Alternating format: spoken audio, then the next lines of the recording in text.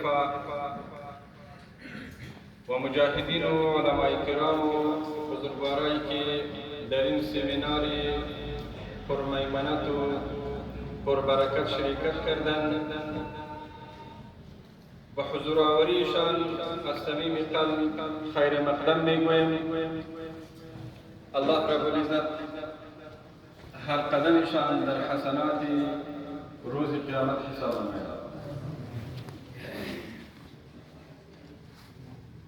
مجاهدین سربلند و مفتخر امارت اسلامی افغانستان جای شکر و افتخار است که رهبرانی داریم که غم دنیا و آخرت ما را در نظر میگیرد و